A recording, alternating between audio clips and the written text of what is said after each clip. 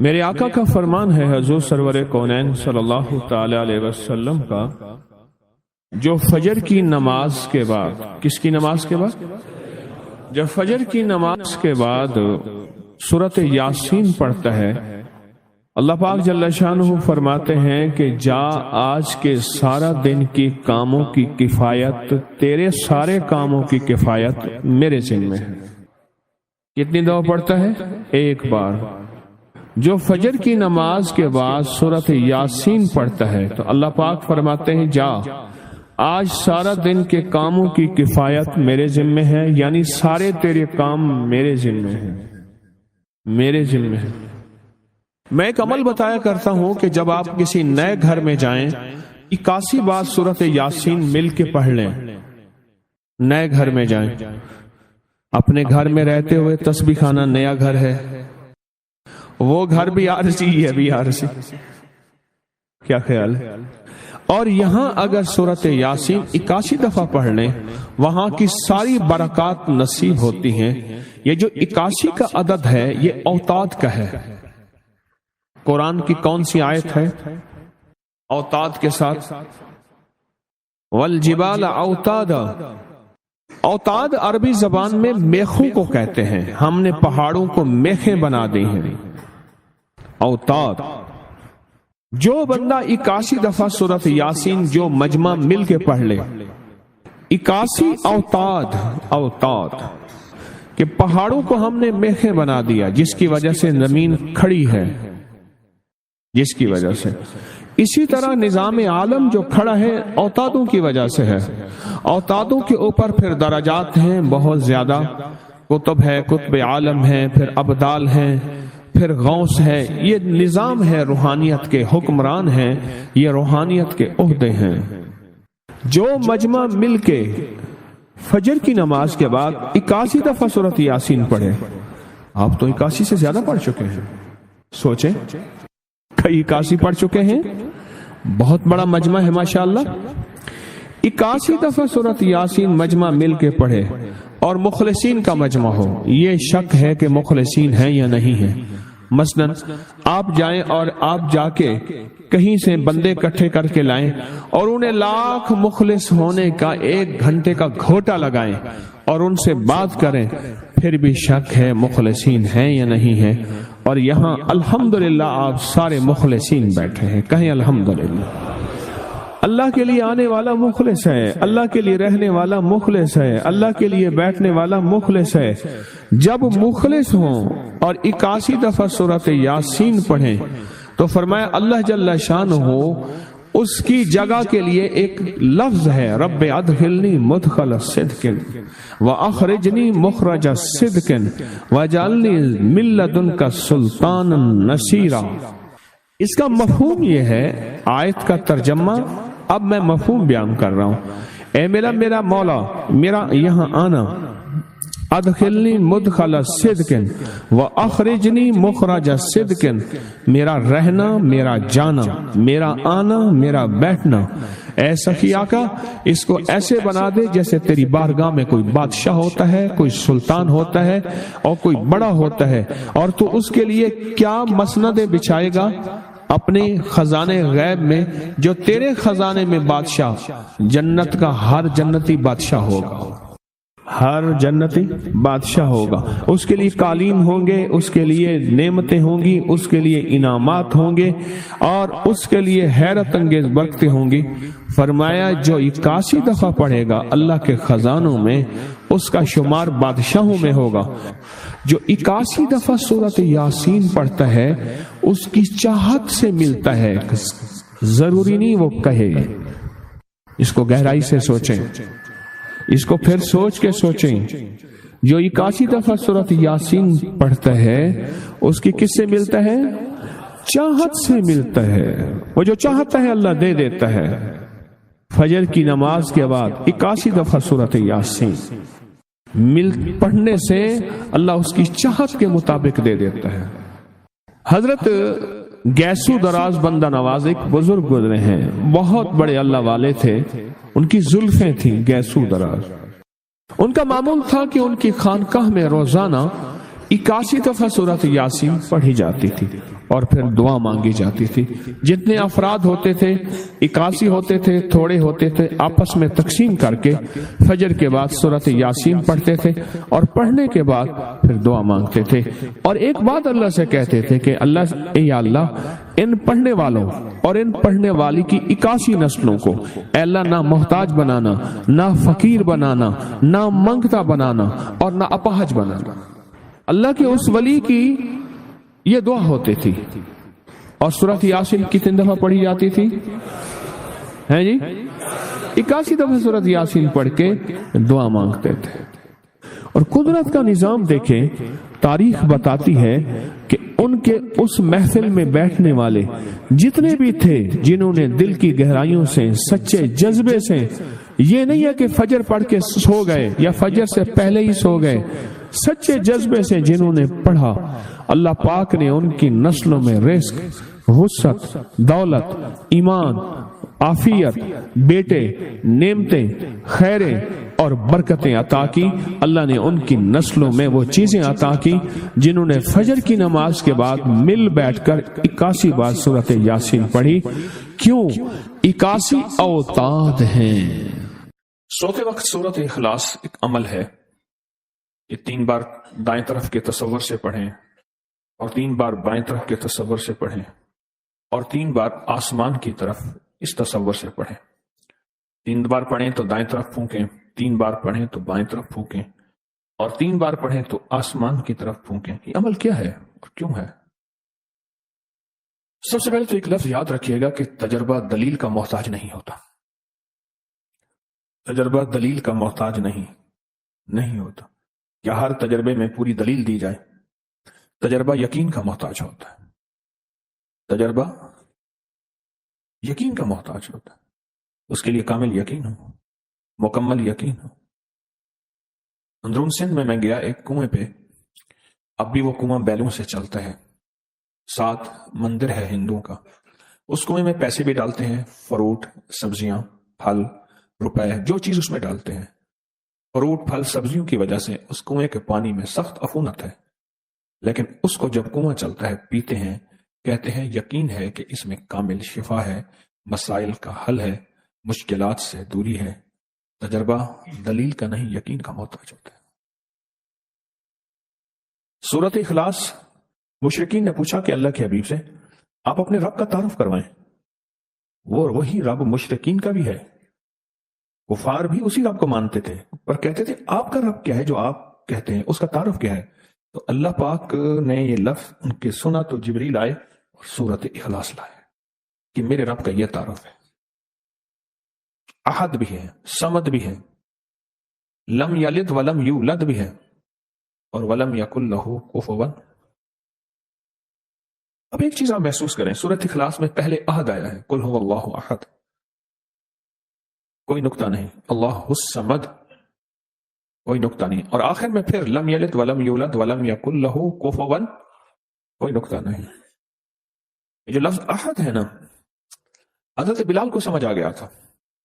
جتنا ظلم، استبداد، آگ پہ گھسیٹنا تکلیف، ان کے منہ سے ایک لفظ نکلتا تھا، احد احد احد. بس وہی ہے، اس کے علاوہ کوئی ہے ہی نہیں. وہی ہے. یہ جو وحدانیت اور احد ہونا ہے، یہ شیاطین اور جنات اور خبائث کو کھا جاتا ہے. وہ احد ہے.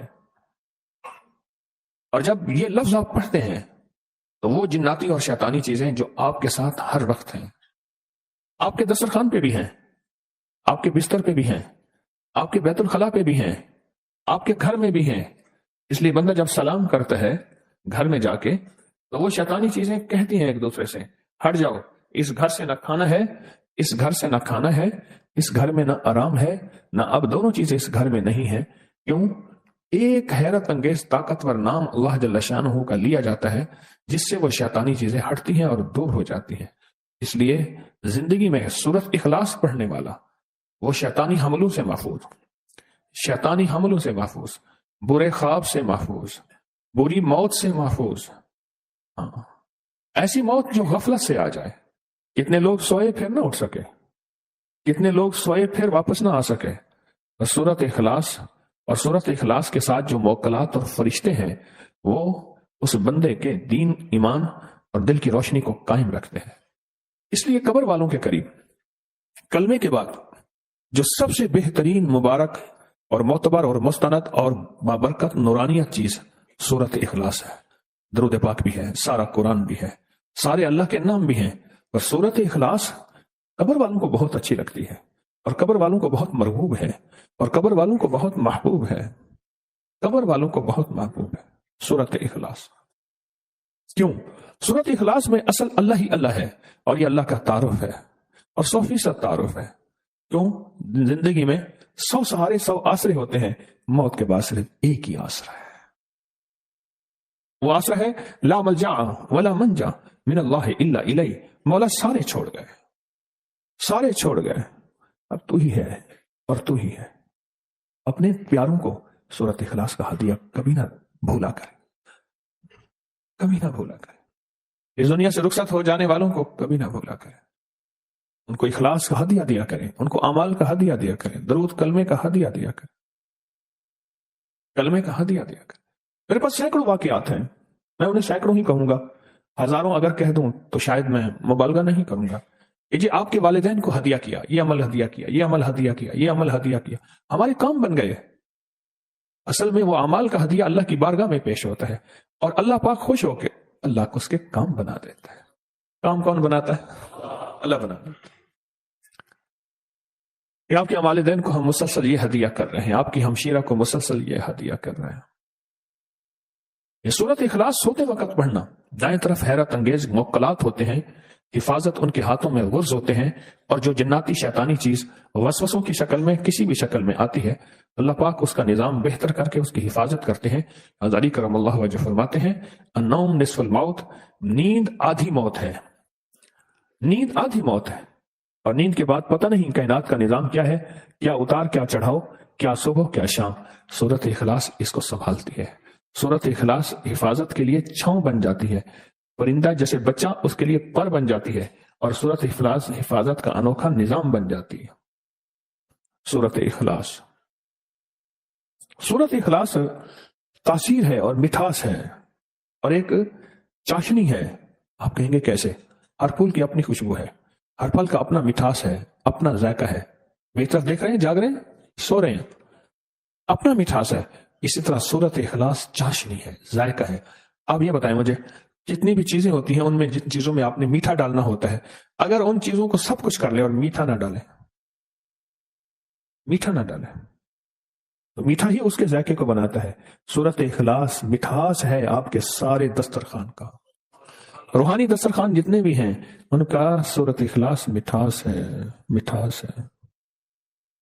کتنے واقعات اور روایات ایسی ہیں کہ سورۃ اخلاص قبر کے قریب پڑھی، صاحب قبر نے کہا کہ آپ کا جو ہدیہ بھیجا ہوا ہے ہمارے ہاں اتنا محبوب ہے کہ ہم سارے اس کو تقسیم کر رہے ہیں۔ اور کتنے واقعات ہیں کہ 70 سال پہلے کوئی اللہ والے آئے تھے، انہوں نے آ کے ہماری قبر میں 17 بار یا 21 بار مختلف روایات سورۃ اخلاص پڑھ کے ہدیہ کیا۔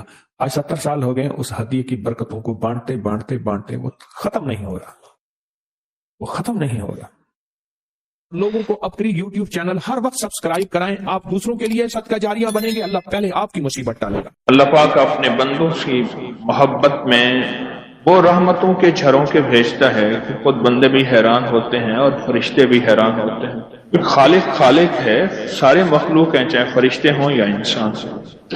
اپنے بندوں سے محبت، الفت اور آخری محبت اور آخری شفقت، اور جو شخص اس کے بندوں سے محبت کرتا ہے پھر اللہ اس سے محبت میں لگ جاتا ہے۔ یہ اس کریم کا ایک خاص نظام ہے، جو اس کے بندوں سے محبت کرتا ہے میرا رب اس سے محبت کرنے لگ جاتا ہے۔ کہ اللہ کہتا ہے تو میرے بندوں سے محبت کرتا ہے۔ سلام بھیجنے والا اصل میں ایک پیغام دے رہا ہے کہ میں تجھ سے محبت کرتا ہوں اور تیری سلامتی کا خیر، تیری سلامتی کی اور خیر خواہی چاہتا ہوں کہ تو سدا سلامت رہے، دکھوں سے، حادثوں سے، تکلیفوں سے، مسائل سے، مشکلات سے، پریشانیوں سے، الجھنوں سے، ناکامیوں سے، ٹھوکروں سے، فقر سے، فاقے سے، غربت سے، تنگ دستی سے، جادو سے، جنات سے، مسائل سے، مشکلات سے، نظر بد سے، حاسدین سے، شر سے، فساد سے۔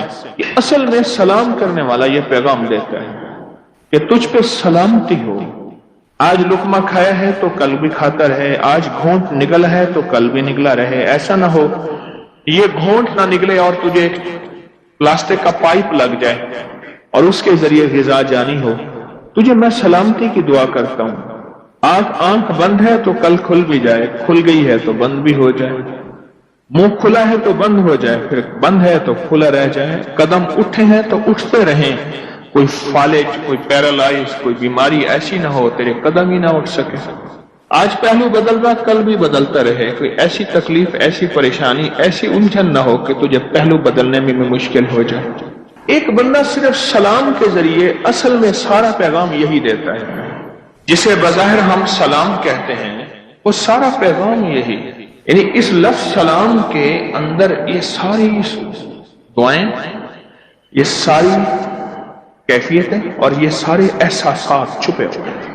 یقین جانیے بعض اوقات لفظ سلام کو اور مجھے سلام کرنا ایک جمعدار نے سکھایا تھا.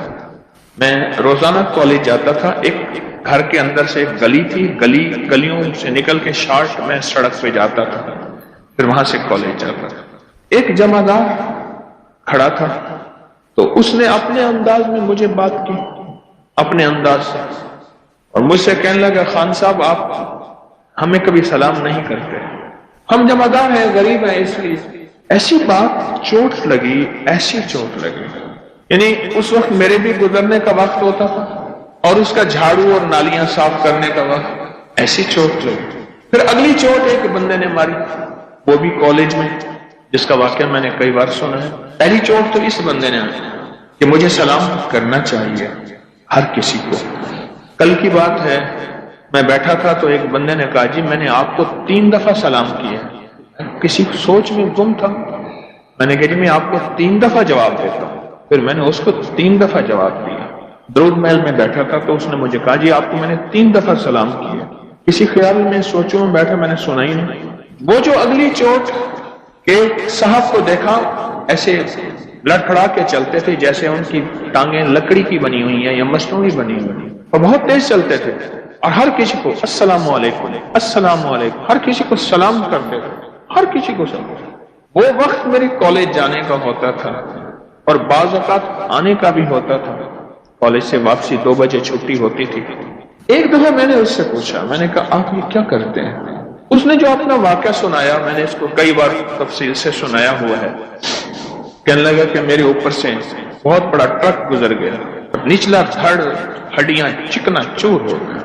مجھے جب ہوش آیا تو انہوں نے کہا جی یہاں دستخط کریں کہ آپ کی نچلی دونوں ٹانگیں کاٹنی پڑیں گی، اگر نہ کاٹی تو یا یہ ہڈیاں اندر گل جائیں گی اور پیپ پڑ جائے گی جسے انفیکشن کہتے ہیں، یا یہ ہے کہ یہ پتھر کی ہو جائیں گی اور ساری زندگی تمہیں اس کا بوجھ نہیں اٹھا سکو گے.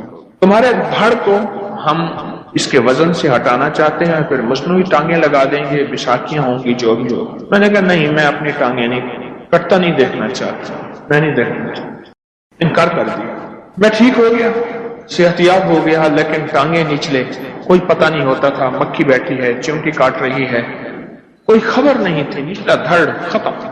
کوئی عرصہ پڑا رہا. ایک دفعہ ایک صاحب عیادت کرنے لوگ آتے تھے، تسلی دے کے چلے جاتے تھے. ایک صاحب آئے، تم ایسا کرا کرو ویل چیئر میں بیٹھ کے اپنے دروازے میں بیٹھ جایا کرو، آتے جاتے کو سلام کیا کرو. کوئی اللہ کا ولی ہوگا ایسا جو کہے گا وعلیکم السلام، بس تیرا کام بن جائے گا، اللہ کے ولی کی دعا لگ جائے گی. کیا پتا کس رنگ میں کوئی خضر ہے، کس رنگ میں کوئی ولی ہے، کس رنگ میں کوئی کریم کا دوست ہے، اور کس کیفیت میں اللہ کا ولی ہے کہ بظاہر سمجھ ہی نہیں آتی. ہم تو ظاہر کو دیکھتے ہیں، اور دل کی دنیا تو وہ کریم جانے. کوئی کسی درویش کی تجھے دعا لگے گی وہ تو ٹھیک ہو جائے گا، بالکل ٹھیک ہو جائے گا. مجھے یہ دلیل جو اس کی بات تھی، یہ چھوٹی سی میرے دل کو لگی، بہت لگی. کہا ٹھیک ہے. دروازے پہ ویل چیئر میں مجھے گھسیٹ کے بٹھا دیتے تھے. آنے جانے والوں کو سلام کرتا تھا، آنے جانے والوں کو سلام کرتا تھا.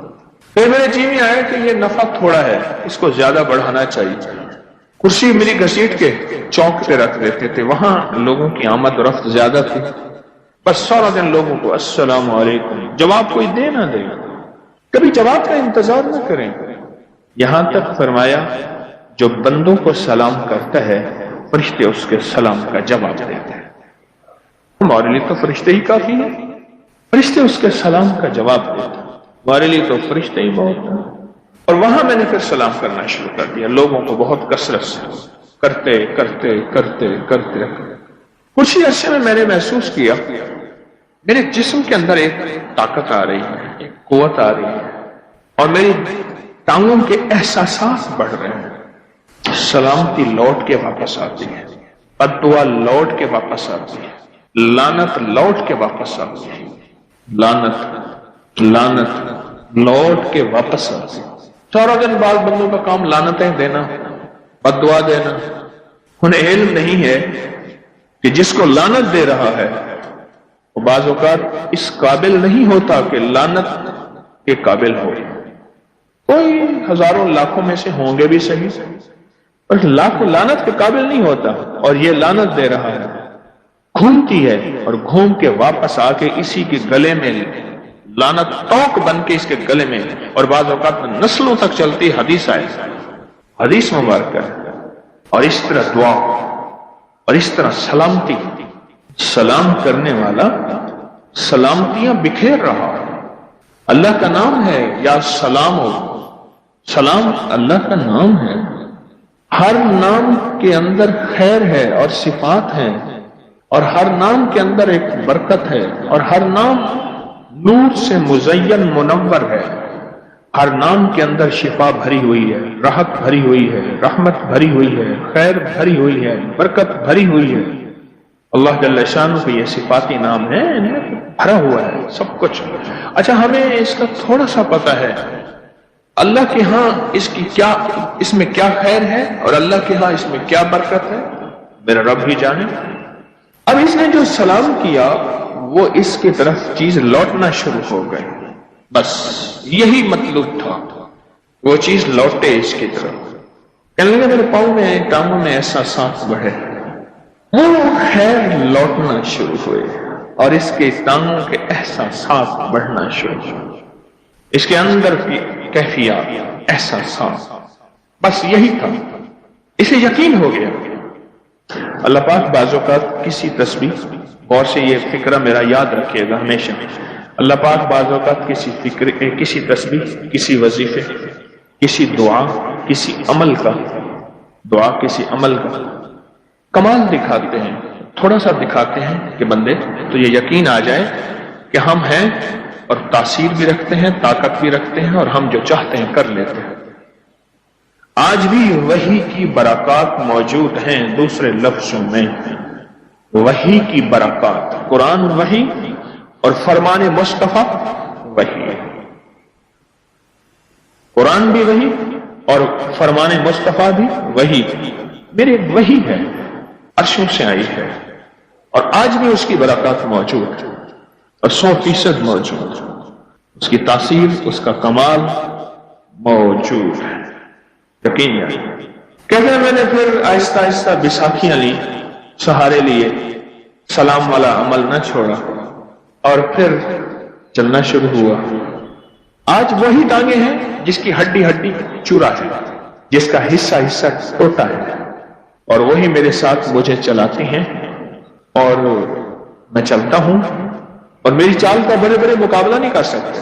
اور واقعی ایسا جس عمل کی وجہ سے میں یہاں تک پہنچا ہوں، یعنی وہ چال پہ پہنچا ہوں، میں اس عمل کو کیسے چھوڑوں. میں بات کر رہا تھا اور اس ضمن میں واقعہ سنایا تھا کہ میرے اللہ کو بندوں کی خیر خواہی بہت پسند ہے، اور جو بندوں کی خیر خواہی چاہتا ہے میرے اللہ کے ہاں وہ پسندیدہ بن جاتا ہے. اور میرا اللہ کہتا ہے فرشتوں جاؤ، ایسا کرو، ایسا کرو، اسے ہاتھ ملاؤ، اس کے پاؤں کے نیچے پر بچھاؤ، اسے مصافحہ کرو. فرشتوں جیسی مقدس نوری مخلوق اس بندے سے آ کے مصافحہ کرنا شروع کر دیتے ہیں، ہاتھ ملاتے ہیں، راستوں میں کھڑے مرحبا کہہ رہے ہوتے ہیں، خیریت سے ہیں آپ، ٹھیک ہے. اور بیمار ہو جائے، حدیث میں آتا ہے، مفہوم ہے، بیمار ہو جائے اس کی عیادت کرنے جاتے ہیں. اور ایک حدیث کا فرمان ہے، آقا کا مفہوم ہے، اور حتیٰ کہ پھر یہ کسی کام میں جائے کسی مقصد کے لیے جائے، کسی منزل کے لیے جائے، کسی مسئلے کے لیے جائے، فرشتے اس کی مدد کرتے ہیں۔ زندگی کے تجربات میں ایک چیز اپنے دامن میں باندھ لیں، میں بھی محتاج ہوں، آپ بھی، اس وقت سے پہلے کہ جب میں بے بس کر دیا جاؤں، اس وقت سے پہلے جب میں بے بس کر دیا جاؤں، اس سرمایہ اکٹھا کر لیں۔ ہمارے ایک دوست تھے، آٹو کا کام تھا ان کی والدہ بیمار تھی، تو والدہ کو انہوں نے ایک پرائیویٹ ڈاکٹر تھے ان کے ہاں، انہوں نے ان کو داخل کیا ہوا تھا۔ جب ہم گئے تو وہ کیا جی ڈاکٹر صاحب کا وزٹ کا وقت، باہر بیٹھے، میں نے کہا باہر کیوں بیٹھے؟ ساتھ جو کامن ورڈ ہے ہم اس میں چلتے ہیں، مریضوں کی عیادت کرتے ہیں اس نیت سے۔ سرکار نے فرمایا جو صبح عیادت کرے گا شام تک 70,000 فرشتہ اس کے لیے دعائیں مغفرت کرے گا، اور جو شام کو کرے گا صبح تک کرے گا۔ میں گیا نا تو ایک بندے کے دونوں ٹانگیں کٹی ہوئی تھیں، رانوں کے قریب سے کھڑا ہو گیا، کیا ہوا؟ تو اس نے جو اپنی کہانی سنائی، کہا کہ میرے پاؤں پہ تھوڑی سی چیر لگی، بس اس کے بعد وہ زخم بنا، اس کی مرہم پٹی بہت کی، علاج نہ ٹھیک نہ ہوا، پھر انگوٹھا انہوں نے کاٹ دیا، پھر کچھ عرصہ ٹھیک ہوا، پھر علاج زخم بڑھا، پھر میرا آدھا پاؤں کاٹا، پھر پورا پاؤں کاٹا، پھر آدھی پنڈلی کاٹی، پھر پوری پنڈلی کاٹی، پھر گھٹنا کاٹا، پھر گھٹنے کے اوپر سے کاٹ دیا، اور میں ٹھیک ہو گیا۔ میری ٹانگ ٹکڑے ٹکڑے ٹکڑے ٹکڑے ٹکڑے کٹتے، میں گھر آ گیا، کچھ ہی عرصے کے بعد اس ٹانگ پہ وہی شروع ہو گیا، اور یہ ٹانگ بھی کٹتے کٹتے ویسی کٹی ہے۔ اور ایک عجیب بات ہے آج اس کے الفاظ مجھے پتہ نہیں وہ زندہ یا فوت ہو گیا، اس بات کو بھی 30 سال کے قریب عرصہ ہو گیا، مجھے زندگی کا وہ لفظ یاد ہے، کہنے لگا میرے جی میں تھا میں اپنے قدموں سے چل کے حج کرتا، میں اپنے قدموں سے چل کے مسجد میں جاتا، میں اپنے قدموں پہ کھڑے ہو کے نماز پڑھتا، ایسے نظر اپنی طرف دوڑا کے نا، نیچے پاؤں کی طرف، نیچے ایسے نظر دوڑا کے کہنے لگا قدم ہی کہاں ہے۔ مشہور پامسٹ تھے ایم اے ملک، میرے کچھ عرصہ زہری علاج رہے، بہت بڑے پامسٹری کے استاد تھے، ہاتھوں کی لکیروں، علم ہے، علم کی حد تک ٹھیک ہے۔ مجھے کہنے لگے کہ میں جیل میں گیا اور موت کا قیدی تھا کال کوٹری میں، اس کو میں نے کہا ہاتھوں کا پرنٹ دے، اس نے ہاتھ ایسے آگے کیا، کہنے لگے اسی کو کاٹ کے لے جا، پرنٹ کی کیا ضرورت ہے، صبح تو اس جسم نے ختم ہو جانا۔ یہ بے بسی، ایسے ہاتھ کیسے کیا؟ میں نے اس کو کہا ہاتھ کا پرنٹ دے، میں نے لکیریں دیکھنی ہیں، تیری قسمت، تیری مقدر، تیرا نصیب جو تیرے قدرت نے لکھا ہے، وہ نہیں، یہ ہاتھ کاٹ کے لے جائیں۔ آپ کو ہاتھ کا پرنٹ کیوں لیتے ہیں؟ ہماری زندگی کے مراحل بے بسی میں چل رہے ہیں۔ ایک طاقتور چیز ہے وہ ہے دعا، ایک طاقتور چیز ہے وہ ہے کوئی عمل، ایک طاقتور چیز ہے وہ ہے کوئی ایسی چیز جو مجھے اس بے بسی سے نکال دے، وہ صرف غیبی نظام ہے اور کوئی نہیں۔ میں اپنے لفظ کو پھر دہرا رہا ہوں، وہ غیبی نظام ہے اور کوئی نہیں۔ وہ غیبی نظام ہی مجھے بے بسی کی زندگی سے نکال سکتا ہے۔ وہ ایشور ہے، وہ گاڈ ہے، وہ دیوتا ہے، وہ اللہ ہے، وہ ایلیہ ہے، کوئی بھی نام دے دے، اس رب کو کوئی نام دے، رام کہیں، کوئی نام دے دے، وہی ہستی ہے جو مجھے اس بے بسی کی زندگی سے نکال سکتی ہے۔ اس ہستی کے علاوہ کوئی ہستی نہیں۔ نہرو نے لکھا کہ میں جیل میں تھا، نہرو نے، جواہر لال نہرو، والد موتی لال تھے، گھر کے سامنے نہر تھی تو اس کی وجہ سے نہرو کہے۔ کہنے لگے میں جیل میں تھا، انگریز کی جیل تھی، کہتے تنہائی تھی، بعض اوقات کھویا کھویا اتنا بے بس کہ چپ کر کے بیٹھا ہوتا تھا، گلہریاں میرے اوپر چڑھ جاتی تھی، گلہریاں یہ سمجھتی تھی یہ اچھی کوئی مردہ چیز ہے، بالکل چپ سے بیٹھا ہوتا تھا۔ ایک طاقت ہے، ایک قوت ہے جو دعا کی شکل میں سامنے آ جاتی ہے، کوئی دعا کی شکل میں، کسی کی بھیجی ہوئی دعا، میری کی ہوئی دعا، کسی کی بھیجی ہوئی دعا، میری کی ہوئی دعا، یا کسی کی ہوئی دعا، میری مانگی ہوئی دعا۔ وہ دعا نفل کی شکل میں، سجدوں کی شکل میں، تسبیح کی شکل میں، دعاؤں کی شکل میں، اعمال کی شکل میں، کسی کی خدمت کی شکل میں، کسی کا دیدار کر کے اس کے دیدار کا نور لینے کی شکل میں۔ ہاں اس کے بڑے میں نے تجربے کیے ہیں۔ کوئی دعا ہوتی ہے پھر جو پیچھا کرتی ہے، پھر میری زندگی کی بہت ایسی کیفیتیں ہیں جہاں میں اپنی زندگی میں بکھر جاتا، میں برباد ہو جاتا، میں زندگی میں بکھر جاتا، برباد ہو جاتا۔ دعائیں مجھے سنبھالتی ہیں۔ کہنے لگے دعا کے پر نہیں ہوتے پر پرواز کرتی ہے، دعا کا رنگ نہیں ہوتا پر رنگ دکھاتی ہے، اور رنگ لگا دیتی ہے، اور رنگ و رنگ کرتے۔ رنگ نہیں ہوتا بظاہر، نظر نہیں آتا، رنگ نہیں ہوتا، نظر نہیں آتا، رنگ و رنگ کر دیتی ہے۔ جو چیز ہمیں بے بسی سے نکالے گی وہ دعا ہے، وہ کسی فقیر کی دعا ہے۔ اس لیے فرمایا باپ کی دعا ماں سے زیادہ طاقتور ہوتی ہے۔ کیونکہ ماں کے مزاج، ماں کے اندر جمال ہوتا ہے، باپ کے اندر جلال ہوتا ہے، اور جو دعاؤں میں جلال ہوتا ہے وہ عرش کو فوراً ہلاتے ہیں. جلال ہوتا ہے جہاں، وہ عرش کو فوراً ہلاتے ہیں. کوئی دعا میرا پیچھا کرے، اللہ کرے، بس یہ آس ہے، یہ آس ہے. اللہ کرے میری دعائیں پیچھا کرے. میں نے ساری زندگی یہ آس امید ناکام نہ تھی وے، یار والا بدنام نہ تھی وے، چیکڑی وعدہ اج ہی ہوندا اج تا شالا شام نہ تھی وے. آس امید ناکام نہ تھی وے، یار والا بدنام نہ تھی وے، چیکڑی وعدہ اج ہی ہوندا اج تا شالا شام نہ تھی وے.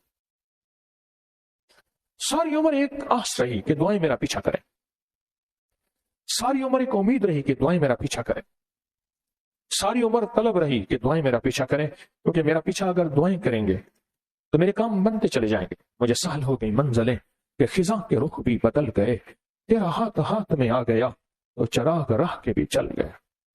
دعائیں میرا پیچھا کریں.